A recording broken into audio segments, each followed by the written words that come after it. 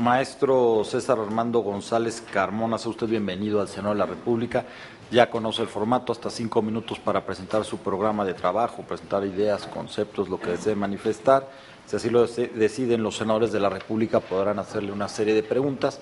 De su lado derecho encontrará una de las preguntas que nos ha hecho llegar la sociedad civil organizada, para que tome una de ellas, le dé lectura de manera inmediata y pueda contestar en bloque en el orden que usted desee hacerlo. Bienvenido nuevamente y tiene el uso de la palabra.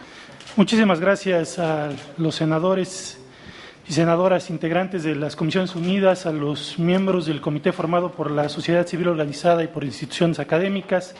Para mí es un honor poder participar en un legítimo ejercicio de transparencia democrática como es este.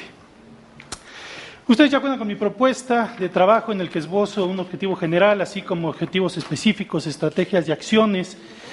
Sin embargo, si me lo permiten, me gustaría hacer algunas propuestas atendiendo a los objetivos específicos que fueron planteados en ese documento. Bien, por lo que hace a la independencia y autonomía del organismo constitucional autónomo, efectivamente ya quedó establecida en la Constitución. Sin embargo, considero que hay que ejercerla y materializarla. Para realizar esto es importante que un órgano que resuelve las inconformidades de los ciudadanos dé a conocer el resultado que tuvieron las mismas y sus efectos. Por eso propongo, primero, el desarrollo de un sistema que permita la consulta temática y el seguimiento de los expedientes generados con motivo de los recursos que se presenten en materia de acceso a la información, así como aquellos promovidos para ejercer los derechos ARCO, con el objeto de que tanto los órganos garantes, los sujetos obligados en toda la República, pero sobre todo que el ciudadano pueda dar seguimiento del estado que guardan cada uno de los asuntos que son sometidos al conocimiento del órgano constitucional autónomo. Asimismo, este sistema deberá contener los datos de seguimiento y las resoluciones emitidas por los órganos garantes estatales. Segundo, el desarrollo de una herramienta informática para llevar a cabo la compilación y sistematización de los criterios relevantes emitidos por el organismo constitucional autónomo, así como la consulta electrónica de los mismos mediante distintos parámetros de localización, para que tengan obligatoriedad jurídica desde el momento en que son publicados tanto para los órganos garantes como para los sujetos obligados, y que a partir de ese momento puedan ser utilizados por los ciudadanos para obtener la información que les fue negada o bien para combatir la negativa a ejercer sus derechos ARCO. Por lo que hace al objetivo de colaboración con sujetos obligados y órganos garantes, se propone, primero, generar una base de datos en que se contengan todos los convenios de colaboración, así como el seguimiento y consecución de los proyectos, y que éste se encuentre a disposición de cualquier persona. Segundo, dar seguimiento a los convenios existentes y celebrar los que sean necesarios para instalar y unificar la plataforma Infomex en todos los sujetos obligados a nivel nacional. En lo referente al objetivo acceso a la información y continuando con la plataforma Infomex, es necesaria su homologación en toda la República a efecto de que cualquier ciudadano, al realizar su solicitud de información, ejercer sus derechos ARCO o presentar un recurso de revisión por medio electrónico, lo haga con la misma imagen y estructura, así como que los datos y requisitos solicitados sean los mismos sin importar a cuál de los sujetos obligados se está dirigiendo la solicitud o ante qué órgano garante se está promoviendo el recurso. Es decir, que exista un sistema unificado e interconectado en todo el país. En este sentido, cualquier particular podrá contar con un solo nombre de usuario y contraseña que le otorgue la posibilidad de acceder al sistema. Segundo, en virtud de que solo el 40% de los mexicanos tiene acceso efectivo a Internet, según un reporte emitido por la Asociación Mexicana de Internet en el año 2013, es necesario contar con mayores canales para que los ciudadanos presenten solicitudes, como son por escrito ante las unidades de enlace de todos los sujetos obligados, por correo postal y de manera telefónica. Estos medios de recepción potenciarían la posibilidad de que más personas ejerzan este derecho. 3. Fomentar la utilización de un lenguaje ciudadano en el desempeño cotidiano de las actividades de los sujetos obligados para facilitarle al particular el entendimiento de la gestión gubernamental y que se interese en la misma. Asimismo, se debe procurar, en la medida de lo posible, que se simplifiquen las resoluciones del órgano constitucional autónomo y los órganos garantes estatales para que el ciudadano las comprenda. Llevar a cabo acciones y convenios con las autoridades hacendarias a fin de reducir los costos de los materiales utilizados para la reproducción de la información, en virtud de que con las tarifas actuales el acceso a la información en modalidades como copia simple y copia certificada se hacen absolutamente nugatorio este derecho, al no poder cubrir el ciudadano las tarifas que le son cobradas. En lo relativo al objetivo relacionado con la transparencia, propongo primero, procurar la homologación de la información y formatos publicados en los portales de Internet de todos los sujetos obligados, es decir, generar un sistema nacional de transparencia a fin de que el ciudadano cuente con información en una misma presentación y plataforma. Hacer que la información que se encuentra en medios electrónicos de acceso público sea útil, pero sobre todo utilizable, es decir, que se encuentre en formato libre, de conformidad con los principios de gobierno abierto. Tercero, promover la transparencia proactiva con el objeto de que el ciudadano no tenga que requerir la información al sujeto obligado, sino que los portales de estos contengan de manera obligatoria un apartado de transparencia focalizada y uno de transparencia ciudadana atendiendo a los requerimientos que realiza la sociedad.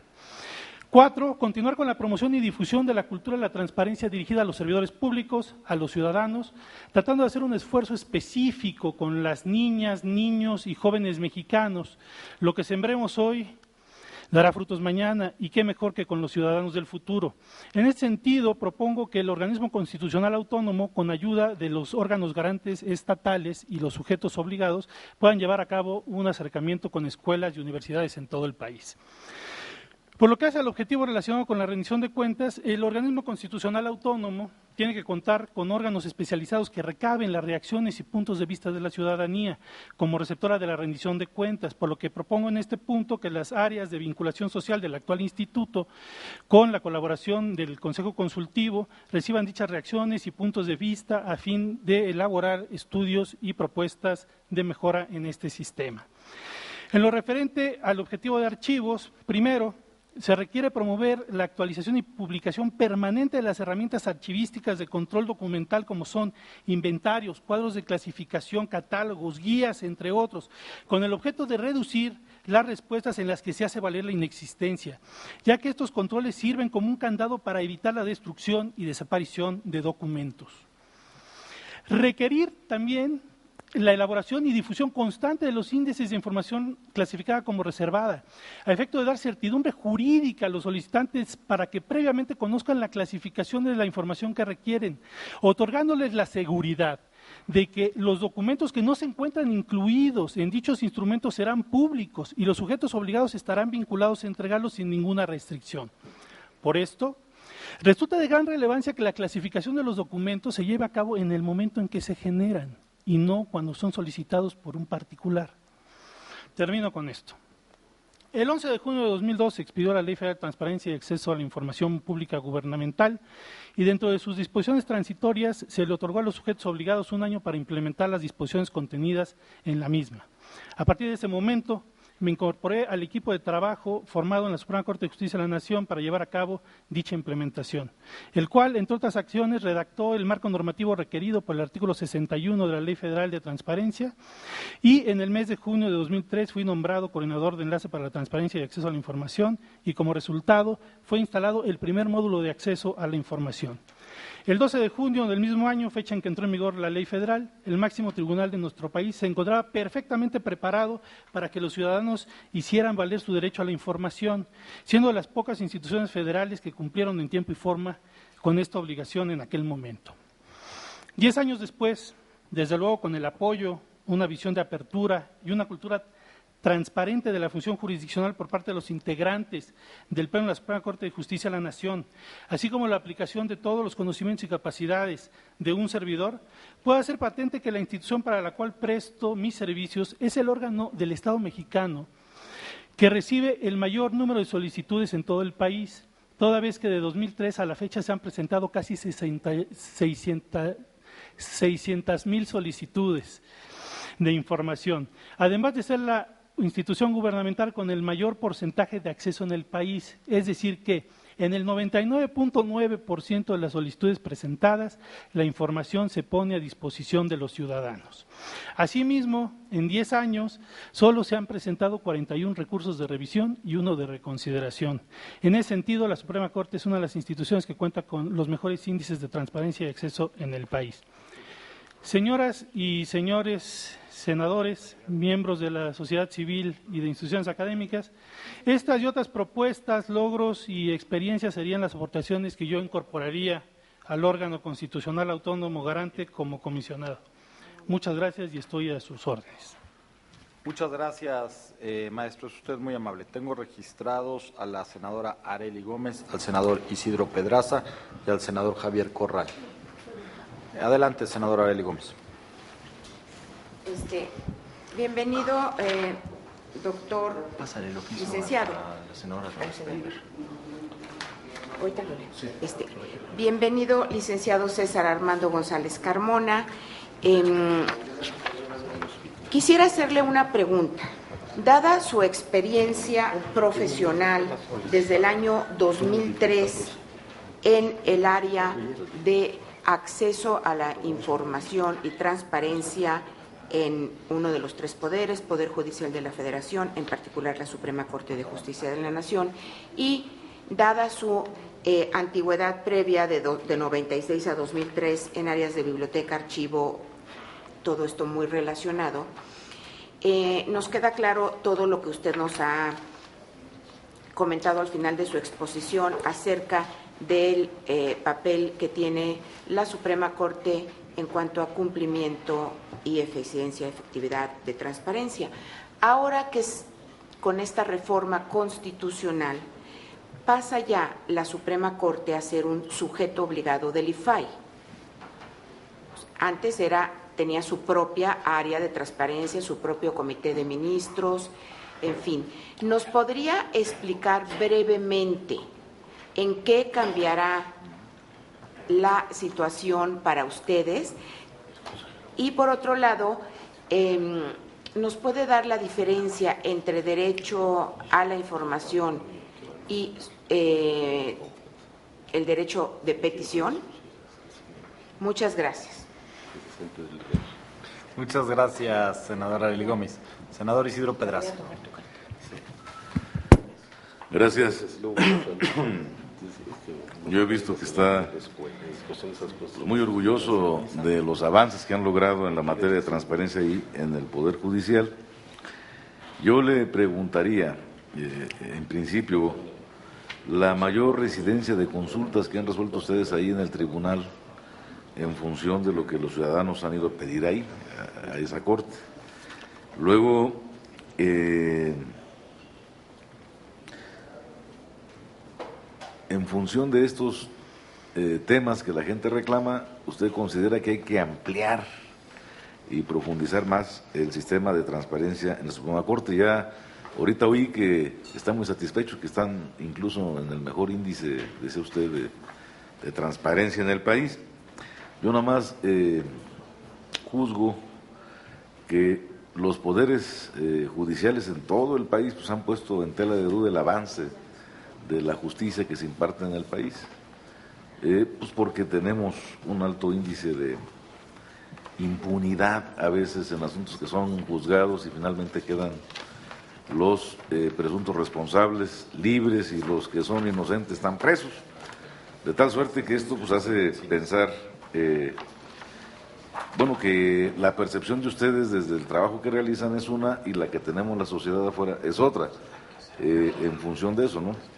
Entonces, ahí sería prudente preguntarle, en función de este reportaje de presunto culpable, pues cuál es su valoración, o sea, qué rasgos se tienen en esto, pues para saber cómo contempla usted desde ese punto de vista de ahora funcionario la impartición de justicia en el país. Gracias. Gracias, senador Isidro. Senador Javier Corral. Muchas gracias. Pues bienvenido al Senado de la República. Ahora sí que usted es una formación universitaria y de práctica laboral jurídica, por los 4 costados. y actualmente pues su desempeño como encargado del área de enlace de la Suprema Corte de Justicia de la Nación en materia de transparencia es una oportunidad para nosotros. La gran excepción en el sistema de acceso a la información sigue siendo el Poder Judicial, en términos de entidades, poderes, niveles de gobierno. La naturaleza misma de lo que el Poder Judicial significa. ¿Por qué no nos habla de esas singularidades del Poder Judicial? Y cómo usted, desde esa experiencia, pero ya visto en el otro lado, ya colocándose usted en la otra banqueta y en medio el ciudadano, ¿qué propondría para mejorar esas singularidades del Poder Judicial en materia de acceso a la información, de transparencia? Sobre todo en términos de los procesos de interlocución de los actores que tienen presencia en la Corte con los ministros, en donde se discuten en esa sala del Tribunal Pleno asuntos de la mayor trascendencia para la vida del país. Algunos multimillonarios y otros que tienen que ver con la rectoría del Estado. Pues por sus aportaciones y respuestas, muchas gracias. Gracias, senador Corral. Maestro, si nos hace el favor de tomar una de las preguntas de la urna, dar lectura, luego ya contestar en bloque en el orden que usted desea hacerlo.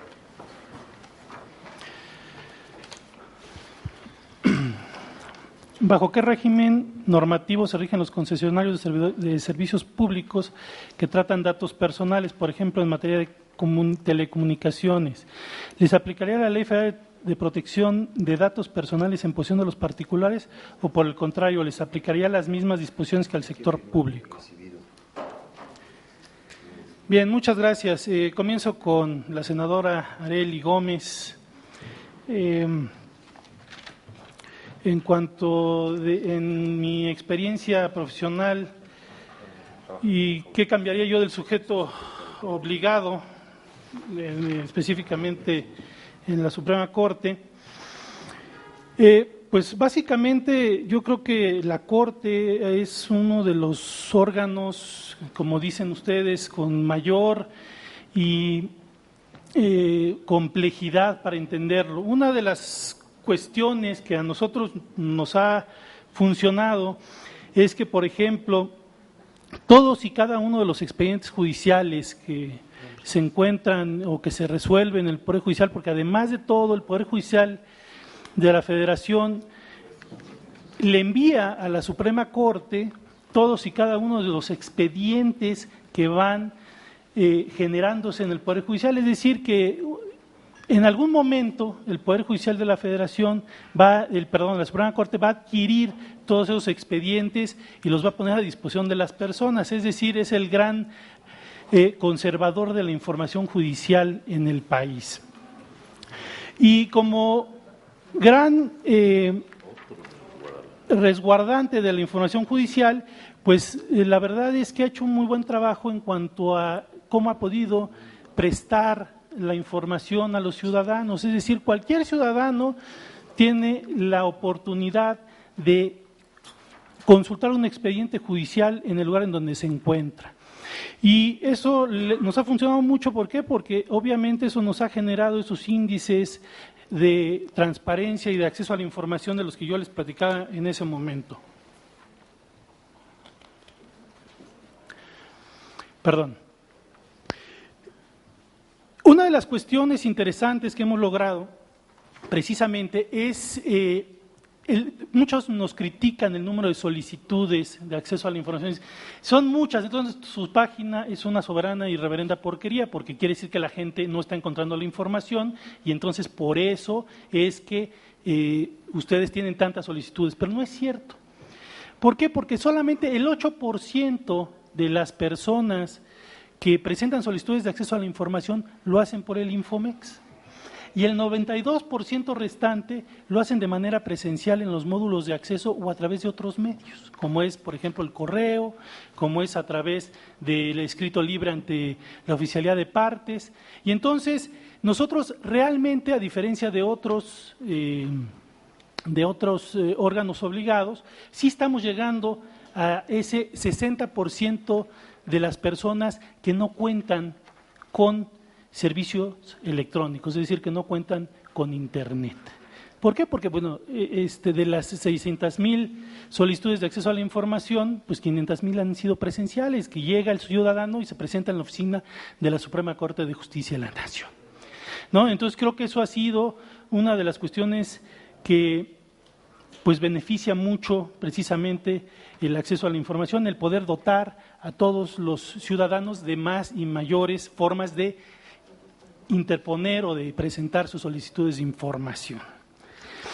En cuanto a la diferencia del derecho a la información y el derecho de petición, bueno, es que en el derecho a la información el sujeto obligado pues está completamente vinculado a entregar la información, mientras que en el derecho de petición únicamente está obligado a responder la petición, pero sí puede ser de manera positiva o puede ser de manera negativa. Por ejemplo, si piden un permiso para vender, por ejemplo, bebidas alcohólicas en un establecimiento, bueno, entonces la autoridad tendrá que responderle si cuenta con todos los requisitos que sí, o si no cuenta con los requisitos legales, pues obviamente le dará una negativa. Esa es la diferencia, o sea, el acceso a la información va más allá. ¿Por qué? Porque el sujeto obligado tiene que entregar la información, mientras que en el derecho de petición solamente una respuesta. Al senador Isidro Pedraza y la impartición de justicia en el país y las incidencias en la información que se pide. Bueno, los ciudadanos tenemos un sector que es ya, por así decirlo, un cliente constante, que son los abogados. Los abogados piden mucha información relativa, obviamente, a los criterios jurisprudenciales y a los criterios aislados que emite la Suprema Corte y los tribunales colegiados, y además también son las sentencias las que tienen mayor incidencia de peticiones en la Suprema Corte de Justicia de la Nación. Los ciudadanos, por otro lado, piden más bien cuestiones administrativas, aunque también piden información jurisdiccional para preparar su defensa. En cuanto a presunto culpable, bueno, sí, yo entiendo que la impartición de justicia en este país, pues todavía le faltan muchas, pues ¿cómo podemos decirle? Le faltan pues muchas cuestiones que la hagan más transparente. Creo que estamos también en un proceso importante con los juicios orales, ¿no? Yo creo que hasta que lleguemos a ese punto en donde el ciudadano sea juzgado de manera pública y que las autoridades puedan de una u otra forma sentirse también observadas por los ciudadanos y al emitir sus razonamientos y sus resoluciones, pues hasta este momento yo creo que vamos a poder mejorar la impartición de justicia en este país. Creo que estamos caminando hacia ese propósito. Sin embargo, bueno, pues todavía la implementación de la reforma penal todavía no se concreta en todo el país. En cuanto a presunto culpable, bueno, pues sí, efectivamente pueden pasar asuntos como este, ¿no? Efectivamente, lo bueno es que no fue en la Suprema Corte, sino fue en un tribunal local, y entonces, pero pues desgraciadamente, pues estas situaciones de inigualdad y de impunidad y de acusaciones de personas que no realizaron las conductas delictivas, pues siguen ocurriendo en este país de manera diaria. En cuanto al senador Corral y las singularidades que tiene el Poder Judicial, bueno, precisamente una de las cuestiones por las que el Poder Judicial no está como sujeto obligado entero en la reforma es precisamente por esos asuntos en materia jurisdiccional que resuelve. ¿Sí? Esos asuntos en materia jurisdiccional que resuelve pues son, como dicen ustedes, de la mayor importancia para el país, y sería muy complejo que otro órgano determinara la entrega de esa información. Sería como un órgano que al órgano terminal de la justicia le estuviera acotando sus atribuciones y sus facultades. Entonces, una de las cuestiones que yo creo que hicieron bien en la reforma, pues fue haber excluido a la Suprema Corte, porque ¿qué hubiera pasado si en un momento determinado la Suprema Corte hubiera sido un sujeto obligado completo? Pues hubiera pasado que en el momento en que supongamos que un ciudadano pide un expediente judicial, la Suprema Corte dice no lo puedo entregar porque es reservado en tanto no se resuelva, ¿no? De conformidad con el artículo 14, fracción cuarta, no lo puedo entregar.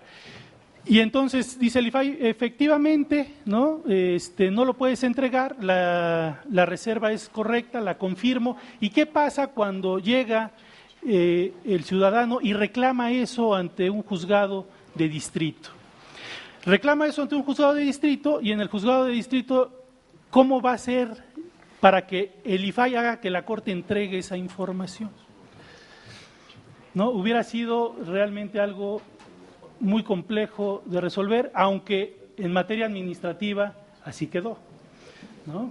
Y ahora va a ser, yo creo que el propio Poder Judicial el que va a tener que resolver si ese juicio de amparo en el que obliga al órgano garante a entregar la información opera en favor de la Corte o no opera en favor de la Corte, ¿no? Entonces, básicamente esas serían las preguntas que me hicieron.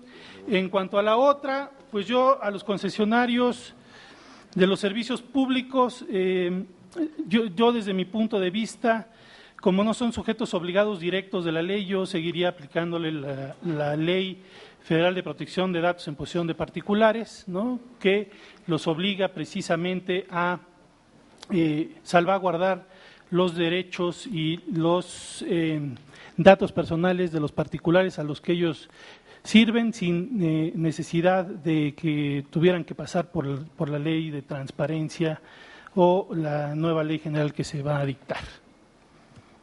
Muchas gracias. Usted es muy amable, maestro César Armando González. El Senado de la República le agradece el haberse inscrito en esta convocatoria y su presencia esta tarde.